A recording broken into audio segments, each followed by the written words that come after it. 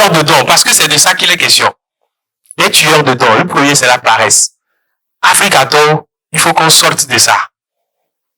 La paresse, le travail mal fait, la médiocrité, c'est-à-dire l'à peu près quoi. Dès que ça peut servir là, c'est bon, on n'a plus besoin, on ne veut plus faire l'effort. La paresse, aussi bien dans le domaine spirituel que dans tous les domaines. Il y a des gens qui sont paresseux de nature, ils ne veulent pas travailler. Tu ne me donnes pas assez de temps, sinon j'allais aller en profondeur.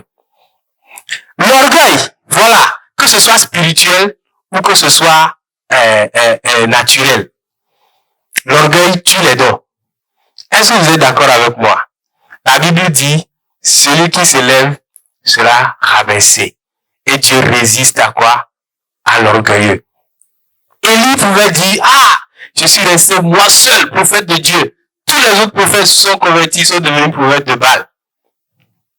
Mais Dieu lui dit, non, j'ai encore des prophètes pour moi. Ça, c'est de l'orgueil. Et l'orgueil a pour contraire l'humilité.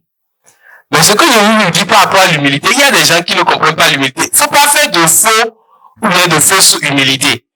Quand tu n'as pas rien et puis tu te baisses, ah tonton, ah frère, ah tonton, on te donne un peu d'argent là, on sait que tu n'es pas humble. Au fond, tu n'es pas humble, c'est l'argent qu'il n'y avait pas.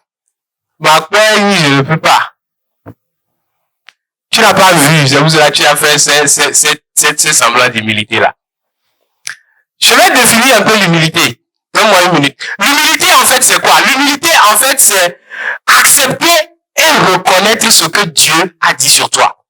Première chose, c'est très important.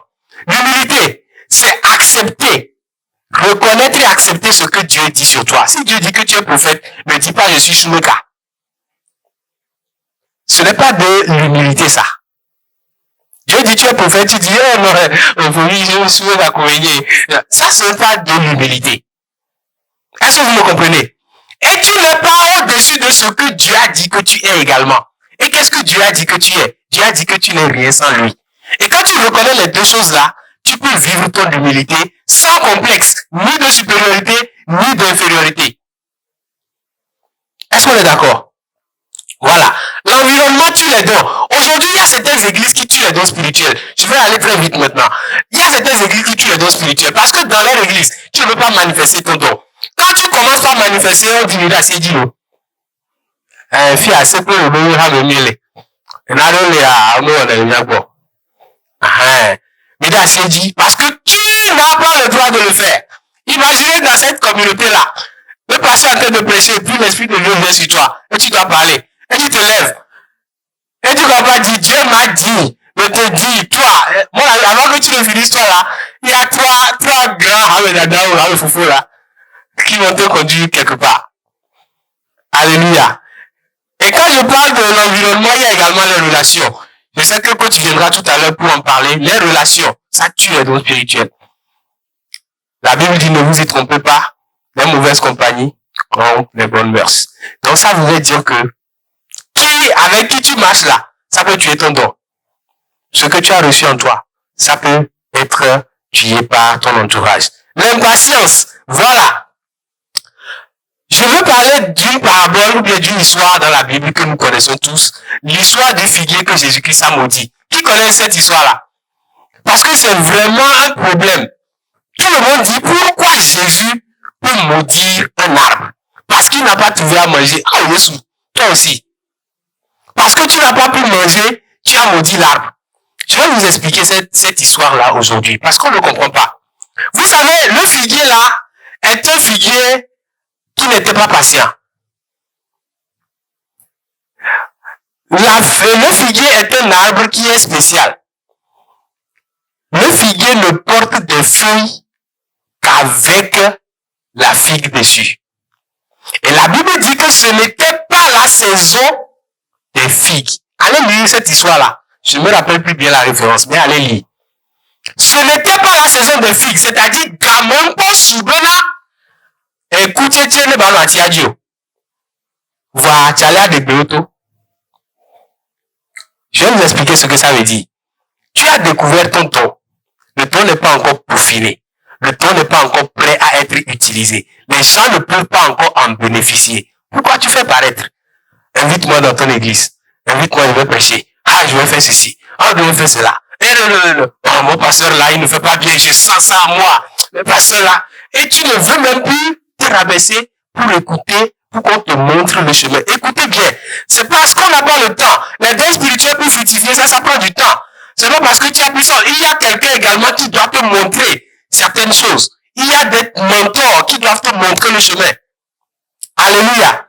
Et donc, ce figuier-là a porté des feuilles avant de porter des fruits. Au lieu de porter les fruits, qui font venir les feuilles pour que les gens viennent cueillir. Donc, Jésus, en voyant les feuilles, a cru que les fruits étaient déjà là. Il a vu les feuilles, il vient pour cueillir, et puis le figuier dit, je n'ai pas de fruits. Ça, c'est quel rabat. Et puis, Jésus l'a maudit. C'était l'histoire du figuier. Soyez patients. Sinon, vos dons vont mourir.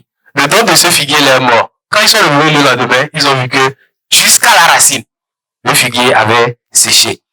La désobéissance, ça a tué beaucoup de dons dans la Bible. Hein?